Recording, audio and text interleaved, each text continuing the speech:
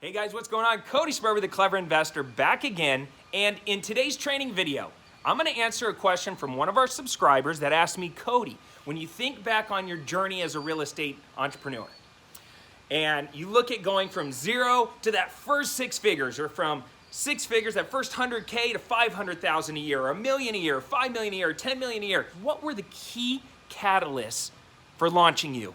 Well, in this video, I'm gonna break it all down so you can clearly see how I scaled my business and how you can do it too.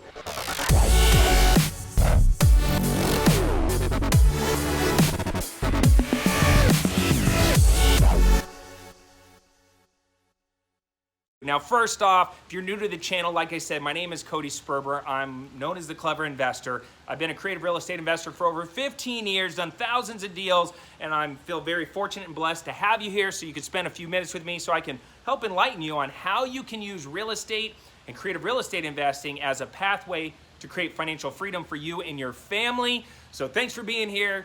Make sure you turn on post notifications and subscribe to the channel. Also, drop me a comment down below letting me know that you're new, and I'm gonna reply back with a free gift worth $97. For everybody else, welcome back. Let's dive on in. All right, so like I said, I'm answering a question from one of our subscribers that just basically said, how do you think about your success over the last 15 years, and what were the catalysts that got you from level to level? So here's how I think about it. It wasn't like I started off with any of these. So if you're experiencing where you're like stuck, or you feel like you're not progressing, or you're really struggling right now, it's completely normal. I was there at one point. If I could do it, you can do it. And hopefully this video gives you some hope, because I didn't start off with all these skills and capabilities. I grew them over time. So here's how I think about it. This first level right here, the 0 to 6 figure mark, to me, this is the most difficult time as a real estate investor for a number of reasons. First and foremost, number one, this is where the self-education is happening. This is where you're investing in yourself. This is where you're going to classes. You're trying to learn the language of real estate and real estate investing. You're trying to understand the strategies. You're talking to people. Everybody's giving you their opinion. You go on, nowadays it's even crazier, because if you go back 15 years, when I was in this phase, there was no YouTube, there was really no blogs or forums or any of that stuff. There was maybe a couple websites with some scattered information on them, but not like today. And so now there's a crazy amount of information. It's like drinking from a fire hose. Open wide! Getting bombarded with thoughts and ideas and concepts, and people telling you how to act and what to do and where to focus, and it's a little bit overwhelming. But this self-education phase is so vitally important because you're developing a muscle, right? And you have to develop a couple muscles in order to win the game and get to that first six figures. The biggest one is marketing.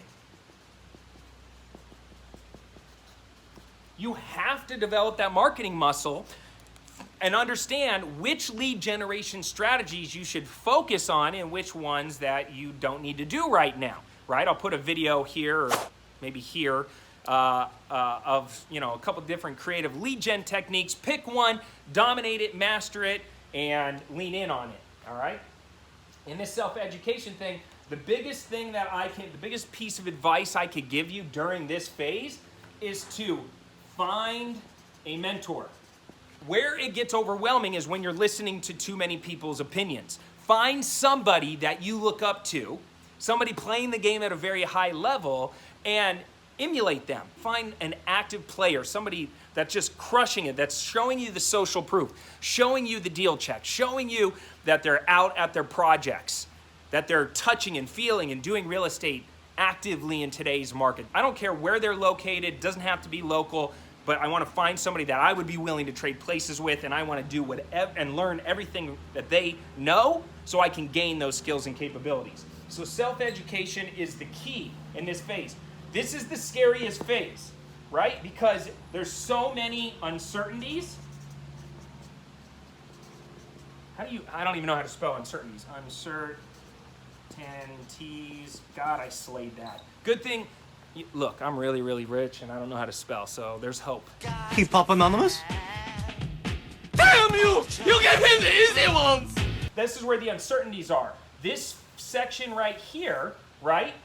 If you picture this as your comfort zone, This is where you're practicing your paperwork and your marketing and, you know, implementing different strategies, and you're talking to people on the phones and you're out there networking, you're getting used to going to networking events. Well, all of a sudden, as you start to get to this outer edge of your current capabilities, this is where it's scary because it's so uncertain, it's so uncomfortable, there's so much new stuff. This is where the fear is. And you know, if you're experiencing a lot of anxiety and a lot of fear, that you're pushing yourself outside your comfort zone. We've seen this diagram on social media 50 billion times. You're in the right place. You're doing the right things. The only thing that you can do during this phase is take baby steps. Just know it's not like a giant leap. It's a little baby step. It's just picking up the phone and making that call. If that's your biggest fear is talking on the phone, just pick up the phone, dial the number. When they answer, freak out and hang up. And that's a huge celebration moment where you can say, I freaking did it, I dialed. And then the next time, maybe say hello, and then in the middle of the conversation, hang up. And then all of a sudden you get through that first conversation and they'll tell you no, and you can check the no off your box. And you can just keep moving the ball down the field 1 yard at a time until you get to a place where you're starting to get really comfortable, and that's a new habit. Because the other thing that happens in this first phase is you have to identify and wage war on your bad habits. This is why this is the hardest phase, because when I first started, I was broke. I had no money, no relationships. I looked like I was 15 years old. I had all this self-limiting beliefs. I had bad language patterns. I talked to myself negatively. I talked about money negatively. That's because before I got into business, this phase over here, I was growing up, I didn't have my dad was the most successful guy that I knew, so I had no mentors besides my dad, nobody else in my life showing me how to play the game. And this is where your habits and rituals are extremely important. So let me ask you something. What are your daily habits and rituals? And are they positive, negative, or neutral? Are they pushing you to become the best version of yourself, or are they pulling you backwards? What are you eating? How much are you sleeping? Are you getting up and having, positive routines? Right? Your rituals are another way to say your routines. What are your routines? Do you eat right? Are you healthy? Are you going to the gym? Are you working out? Are you physically active? Do you have moments of gratefulness? Are you journaling? Are you writing down your goals? Are you getting clarity? Are you going to those networking events? Are you setting in time blocking so you have specific time set aside each day to work on your business? What are your habits and rituals? What are your negative habits? And wage war on them. You've got to get clear during this phase or you will fail. This is why most people quit. So the third thing you need in order to get the external, which is the second piece, is who are you surrounding yourself with? Okay, this is a question you have to ask yourself. Who's in your inner circle? Are they mentors, like I said? Are they people playing the game at the next level that are uplifting you and forcing you to level up? Are they your friends that are just playing video games, smoking weed, hanging out? You got skills. Are they people that are starting businesses? Are they people that are going to networking events? Are they dressing a certain way? Are they saying certain things? Are they positive things where they're pushing each other and they're locking arms with each other? Or is it the opposite? This is going to be the biggest catalyst. Your environment is going to be the biggest catalyst getting you to go from 0 to 6 figures. Because when the fear and the uncertainty and the pain and the rejection and the objections and everything else hits, it's not always internal that pulls you forward. It's your girlfriend, it's your boyfriend, it's your spouse, it's your significant other, it's your parents, it's your friends. It's something in your environment that's either going to make or break you. Thankfully, I identified this very early on, and I said to myself, you know what? I got to get out of this environment in order to level up. But here's what happens. During this phase, you're mastering a set of principles. Principles are just another way to say rules of the game. When you hang out with people playing the game that are all, if I hang out with 10 people making $100K a year, And I'm constantly around them. I'm hearing their language patterns. I'm seeing how they maneuver, what marketing strategies they do, what they do when they go out on appointments, what strategies they're focusing on. I'm gonna be, if there's 5 people I'm hanging out making 100K a year, I'm probably gonna be the 6th. But if I wanna go to this next level, right here, and I wanna go from 100K to 500K, the number one thing to get me there is new environment. I can't spell for shit. Whatever that says, I just scribbled.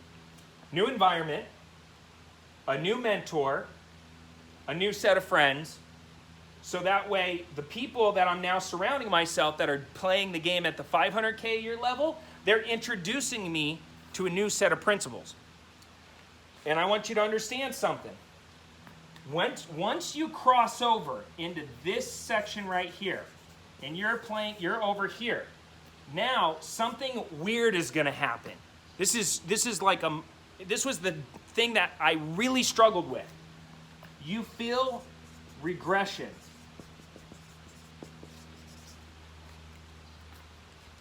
If you're struggling right now and you feel like you're stuck or you feel like you're going backwards, chances are you're now moving into the next phase, the next level, where you're starting to make mistakes because you haven't mastered this set of rules yet. You're just getting exposed to what people that are making $500,000 a year think like, act like, and what they do, what activities, what habits, and what rituals that they do. And so you're gonna make those mistakes, and this is the learning phase. This is the testing and tweaking phase. Now you're back to self-education on this phase, and it feels like this, right? It feels like you finally made it, you're killing it, and all of a sudden you're going backwards. And you're like, shit, what the heck?